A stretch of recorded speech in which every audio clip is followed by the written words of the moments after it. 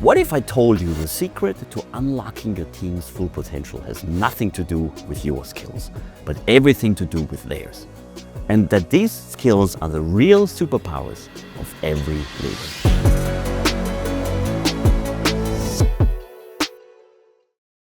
Welcome back to The Mammoth in the Room, where we explore leadership lessons that stand the test of time. Nicholas Bocconi, CEO of Mammoth Leadership Sciences. In this episode, we're answering one burning question. How can you recognize and harness the unique strengths of every team member to build unstoppable momentum? And stick with me, because we're covering 1, why every team member is already a champion and how you can help them prove it. Number 2, the evolutionary psychology behind appreciation and performance. And number 3, practical strategies to build a culture where everyone thrives. By the end, you'll have a roadmap to transform your team into a powerhouse of collaboration and innovation. But before we dive in, make sure to subscribe and follow our podcast for deeper dives into the science of leadership. Give us some reviews on the YouTube channel or wherever you get your audio podcast from. All right, let's get started. First, let's cover why every team member is already a champion. Imagine a symphony where every musician plays the same instrument in the same way. The result? Well, monotony, boredom. So the question is, why do so many teams operate this way? They forget one thing. The best teams aren't made up of clones. They're ensembles of specialists, champions who bring unique skills, perspectives, and strengths to the table. Just like an orchestra needs violins, trumpets, and drums to create a symphony, your team needs diversity to create results. Consider the Chicago Bulls during Michael Jordan's championship years. Jordan wasn't the best at everything. He excelled as a scorer and leader, but it was the specialized roles of Scottie Pippen's defense and Dennis Rodman's rebounding that turned the Bulls into a dynasty. Each player played to their strengths, making the whole team greater than the sum of its parts. Studies confirm this approach.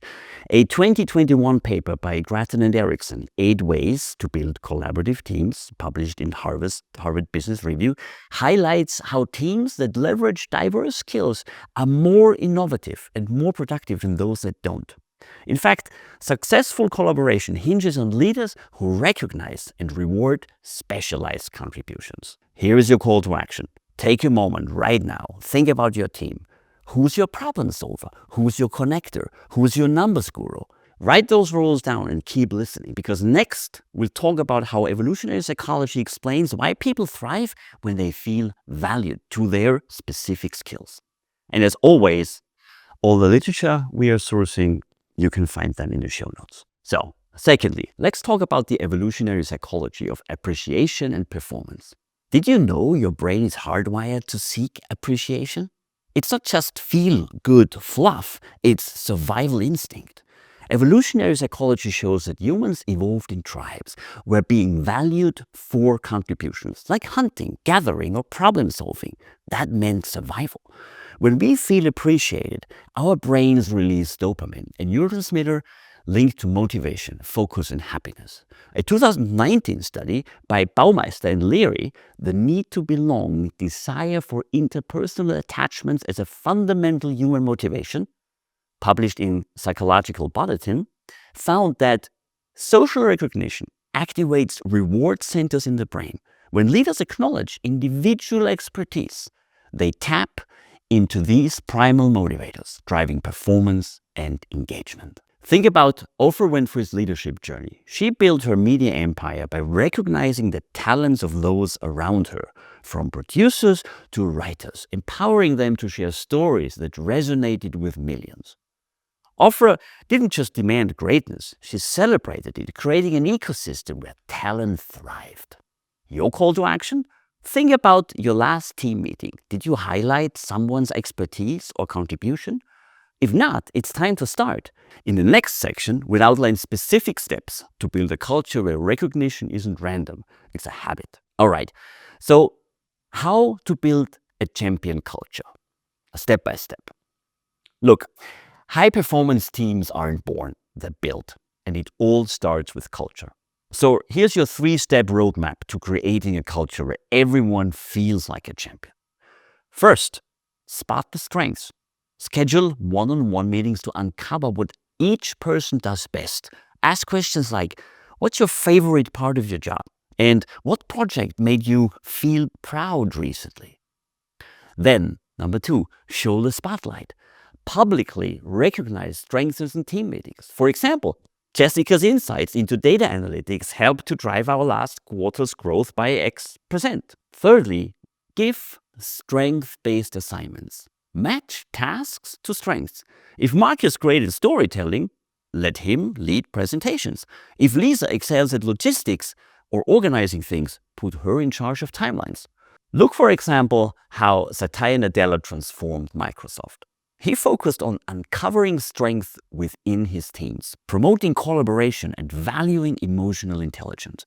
By recognizing the strengths of individual contributors and embracing a growth mindset for individuals, teams, and the business, he revitalized the company's culture and drove unprecedented growth.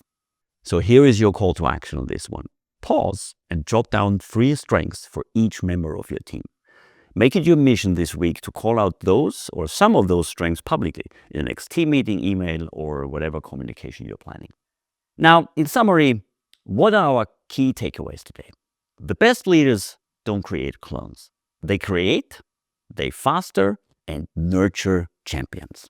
They do that by recognizing and leveraging individual strength as they understand that this activates psychological drivers that boost individual performance, innovation, engagement, and ultimately team success. All right.